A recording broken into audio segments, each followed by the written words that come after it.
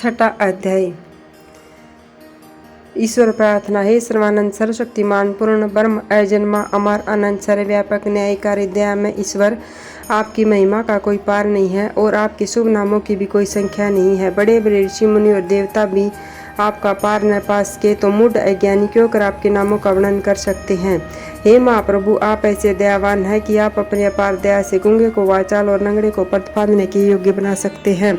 हम तुच्छ जीवों को भी अपनी इस दया के योग्य बने कि सर्वदा आपके चरणा बिंदु का ध्यान रखते हुए संसार में अत्यंत हर्ष के साथ रहकर अंत को आपका शुभ धाम प्राप्त कर सके। हे प्रभु, ऐसी कृपा कीजिए। ओम शांति शांति शांति। छठा अध्याय। श्री कृष्ण जी ने कहा, हे अर्जुन, अपने किए हुए कर्म के फल की इच्छा को छोड़कर जो अपना नित्य नैमित्तिक कर्म करते रहते हैं वे ही सन्यासी हैं और वे ही योगी हैं। और जो अग्निहोत्रादि कर्म को त्याग देते हैं, कुआं बावड़ी आदि का बनवाना, इन सब कर्म को छोड़कर निष्क्रिय हो जाते हैं, वे न तो सन्यासी हैं और न ही योगी है। अभिप्राय यह है कि केवल क्रियाओं को त्यागने वाला सन्यासी परंतु कर्म करते हुए फल की वांछा न करना ही संन्यास है, उसी का नाम योग है। बिना फल की कामना को त्यागे कोई भी योगी नहीं हो सकता है, क्योंकि कर्मफल का त्याग संन्यास और योग दोनों में ही है। जो ज्ञान योग की प्राप्ति करना चाहते हैं उसी ज्ञान प्राप्ति का कारण कर्म कहा गया है, क्योंकि निष्काम कर्म करने से चित्त शुद्ध होता है और चित्त शुद्ध से ज्ञान की प्राप्ति होती है और उस ज्ञान की प्राप्ति से मनुष्य को शांति मिलती है। हे अर्जुन, जब मनुष्य की इंद्रियां किसी विषय को न उठे और मन में स्मरण बिना कोई चिंता भी न हो, जब ऐसा हो तब योगारूढ़ कहलाता है। इसलिए विवेकी पुरुष अपनी आत्मा का संसार में आप ही उद्धार कर उसकी अधोगति न करे, क्योंकि कामना से रहित जो आत्मा है वह मित्र के समान उपकारी है। जिसने मुझको विसार कर अपनी आत्मा को विषयों में लगाया है वही अपना शत्रु है। हे अर्जुन, जिसने अपनी आत्मा से परमात्मा को जीत लिया है वही आत्मा उसका बंधु है, और जो आत्मा को नहीं जीतता है वही आत्मा ही उसका शत्रु है। जिसने अपना मन अपने वशीभूत कर लिया है, शीतोष्ण सुख दुख और मान अपमान को सदा शांत रहता है, उसके हृदय में परमात्मा स्थित है। शास्त्र अथवा गुरु के सदुपयोग से उत्पन्न जो ज्ञान और अनुभव सिद्ध हो, विद्वान इनसे संतुष्ट है। जिसकी आत्मा और जिनका मन भी चलायमान नहीं होता है, इन्हीं कारणों से जिनकी इंद्रियां वशीभूत हो गई हैं वे कंचन मिट्टी पत्थर को एक समान समझते हैं और ऐसे ही योगी योगारूढ़ होते हैं। हे अर्जुन, जो मित्र शत्रु बंधु वर्ग साधु और पापाचारियों को समान दृष्टि में रखता है वह योगियों से भी बढ़कर है। हे अर्जुन, योगी को उचित है कि सदा एकांत में रहे, किसी को संग में न रखे, अपने मन और आत्मा को वश में रखे, किसी बात की आशा न रखे और न ही किसी वस्तु का संग्रह करे। इस प्रकार निरंतर अपनी आत्मा को परमात्मा में लगाता रहे। हे अर्जुन, योग साधन के लिए सुंदर पवित्र भूमि में जो न तो बहुत ऊंची है और जो न ही नीची है, उस पर कुशा का आसन, उस पर मृगछाला बिछा के ऊपर वस्त्र बिछाकर निश्चिंत मन होकर बैठे, मन को एकाग्र कर चित्त को रोककर क्रिया से रहित हो अपनी आत्मा शुद्धि के लिए योग साधन करे। सब देह और गर्दन को सीधा रखे और अपनी नासिका का अग्रभाग को देखे और किसी दिशा को न देखे। मन को शांत कर निर्भय हो ब्रह्मचर्य व्रत में स्थिर रहे। मुझ में चित्त को लगाकर मन को रोककर योग का साधन करे। मन को वश में रखने वाला जो योगी इस प्रकार से सदा अपनी आत्मा को योग में तत्पर करेगा वह परम शांति अर्थात निवारण पद को पावेगा। हे अर्जुन, अधिक भोजन करने वाले को और निराहार रहने वाले को, अधिक सोने व जागने वाले को योग प्राप्त नहीं होता है। जो मनुष्य युक्त आहार विहार करता है और कर्म भी युक्ति पूर्वक करता है और नियम से सोता जागता है, उनका योग दुखों को दूर करने वाला है। तात्पर्य यह है कि योगी को उचित है कि आहार विहार आदि प्रीमित और नियमानुकूल करे। जो मनुष्य अपनी आत्मा में ही चित्त की वृत्तियों को रोक लेता है और संपूर्ण कामनाओं को छोड़कर निष्क्रिय हो जाता है वह पुरुष सिद्ध योगी कहलाता है। जैसे जिस स्थान में पवन नहीं चलती है वहाँ दीपक की ज्योति हिलती नहीं है, ऐसे ही जो अपना मन एकाग्र करके एकांत में बैठकर योग अभ्यास में मन लगाता है उसका मन दीपक की भांति चलायमान नहीं होता है। जिस अवस्था में योग अभ्यास से अपनी चित्तवृत्तियों के रुकने पर जहाँ जहाँ विश्राम लेता है, बुद्धि द्वारा आत्म स्वरूप को देखता है और अपनी आत्मा में संतुष्ट होता है। हे अर्जुन, जिस अवस्था विशेष में योगी जन किसी ऐसे अत्यंत सुख का अनुभव करते हैं कि जो इंद्रियों के विषयों से दूर हैं और केवल बुद्धि द्वारा ही जाना जाता है, इसी से उस सुख में स्थित योगी आत्म स्वरूप से चलायमान नहीं होता है। हे अर्जुन, जो आत्म स्वरूपी इस सुख को पाकर इससे अधिक और किसी लाभ को नहीं मानते हैं, वे उस सुख में स्थित होकर बड़े बड़े जो शीत गर्मी आदि के सुख दुख हैं उनमें भी विचलित नहीं होते हैं। जिस अवस्था में दुख का लेस मात्र भय भी नहीं रहता है, उस अवस्था को योग अवस्था जानो। इससे स्थिर चित्त होकर यत्न पूर्वक योगाभ्यास करना उचित है। संकल्प से उत्पन्न होने वाली और योग में बाधा डालने वाली अनेक तरह की कामनाओं को त्याग कर इंद्रियों को मन के संपूर्ण वेग से रोककर योगाभ्यास करे।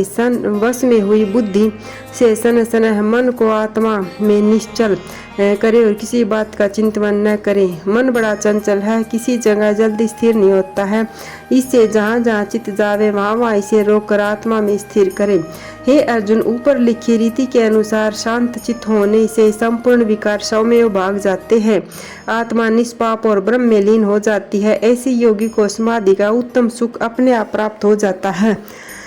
इस प्रकार सदा आत्मा को लगाए रखने वाला निष्पाप योगी सुखपूर्वक बिन परिश्रम महान ब्रह्म सुख को भोगता है।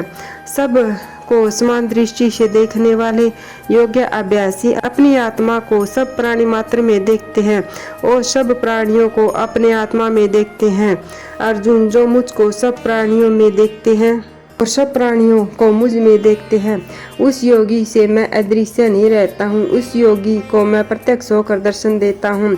सब भूत प्राणियों में मुझको व्यापक जानकर मेरा भजन करते हैं, तिसका फिर जन्म नहीं होता है और सब जनों में मैं व्याप्ता हूँ। जो संपूर्ण प्राणियों के सुख दुख को अपने सुख दुख के समान मानता है और सबको एक साथ देखता है, वही योगी श्रेष्ठ है। श्री कृष्ण जी की बात सुनकर अर्जुन ने कहा कि हे मधुसूदन, आपने जिस योग का मुझे उपदेश किया है कि समभाव से देखे, सो मैं अपनी बुद्धि की चंचलता से यह समझता हूँ कि इस प्रकार योगी का योग बहुत काल तक स्थिर नहीं रह सकता है। हे श्री कृष्ण, यह मन बड़ा चंचल है, देव इंद्रियों को क्षुणित करता है, बड़ा बलवान और दृढ़ है। मन को रोकना मेरे लिए कठिन है। ऐसा है जैसे प्रचंड वायु को रोकना।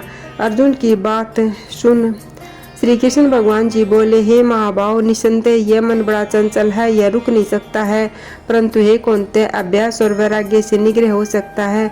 हे अर्जुन, जिसका मन वश में नहीं है वह योग साधन नहीं कर सकता है।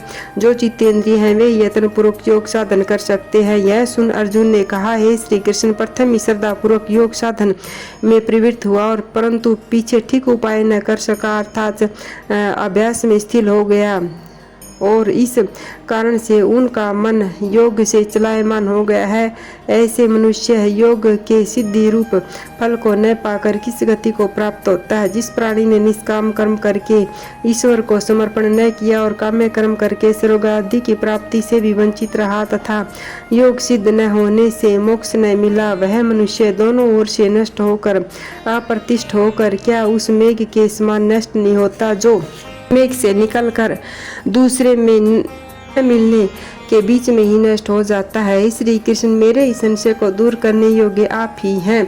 अर्जुन की बात सुनकर श्री कृष्ण भगवान जी बोले, हे अर्जुन, उस मनुष्य का इस लोक व परलोक में कहीं भी नाश नहीं होता है, क्योंकि कोई भी शुभ कर्म करने वाला दुर्गति को नहीं पाता है। जो मनुष्य योग भ्रष्ट होकर उसी दशा में मर जाते हैं, वे पुण्यात्मा लोगों के लोकों में जाकर बहुत दिन तक वास करते हैं। पवित्र श्रीमान पुरुषों के घर जन्म लेकर अनेक सुख भोगते हैं, अथवा वे योग भ्रष्ट फिर बुद्धिमान योगियों के घर में जन्म लेते हैं। ऐसा जन्म वह इस लोक में दुर्लभ है। हे अर्जुन, इस संसार में जन्म लेकर फिर वह पूर्व जन्म के बुद्धि संयोग को प्राप्त होता है। उस बुद्धि संयोग से योग सिद्धि फिर प्रयत्न करता है और सांसारिक विषय वासना में लिप्त होने पर भी वह उस पूर्व जन्म के कारण योग शान सिद्धि में अनुरक्त हो जाता है। योग स्वरूप को जानने की इच्छा करने वाला भी केवल योग को ही नहीं पाता है, अपितु वेदोक्त कर्म फल से अधिक फल को पाकर मुक्त हो जाता है। जो योगी इस प्रकार यत्न करता रहता है उसके सब पाप दूर हो जाते हैं। वह योग की सिद्धि पाकर परम गति को पाता है। हे अर्जुन, तपस्वियों से, कर्मनिष्ठों से और ज्ञानियों से योगी श्रेष्ठ है। इससे हे अर्जुन तू योगी हो जो श्रद्धापूर्वक मुझ में चित्त लगाकर मेरा ही भजन स्मरण करता रहता है, वह संपूर्ण योगियों में श्रेष्ठ है। उससे अधिक मुझे और कोई प्यारा नहीं है। इति श्रीमद् भगवद गीतासु उपनिषदु ब्रह्म विद्याया योग शास्त्रे श्री कृष्ण अर्जुन संवादे अष्टम संयम योगे नाम छठो अध्याय समाप्तुम। छठे अध्याय का महात्म्य।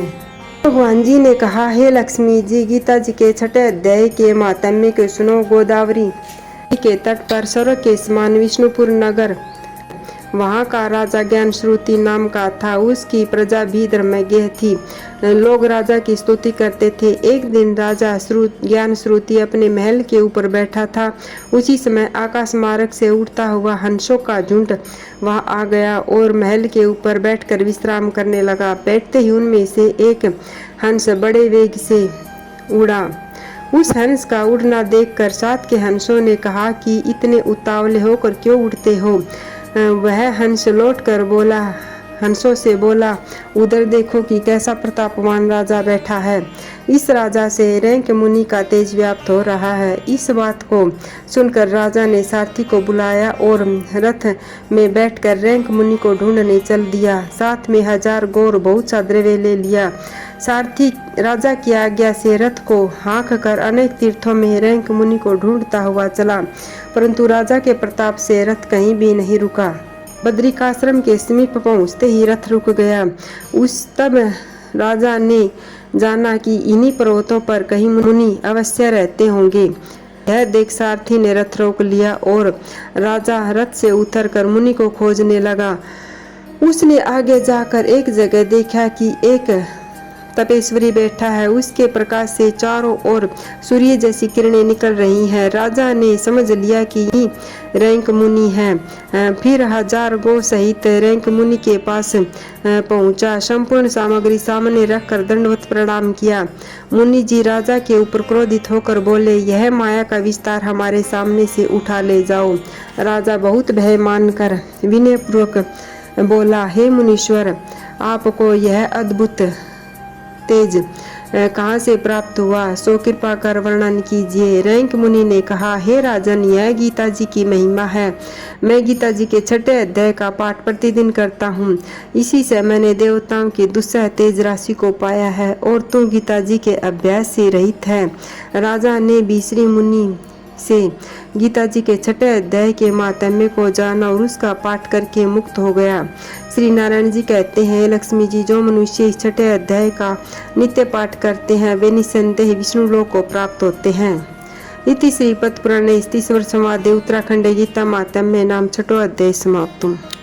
जय भगवत गीते मैया, जय भगवत गीते, हरि कमल विरणी सुंदर सुपुनीते। ओम जय भगवत गीते, कार्मि सुमार में प्रकाशिनी, कामा शक्ति हारा मैया, कामा शक्ति हारा, तत्व विज्ञानी विकासिनी, विद्या भरम परा।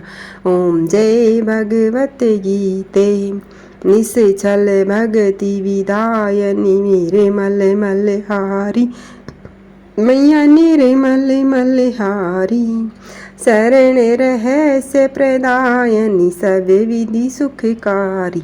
ओम जय भगवत गीते, राग देवेश विदारणी, कारणी मोद सदा मैया, कारणी मोद सदा, भव भय हारणी, तारणी प्रमानंदे प्रदा।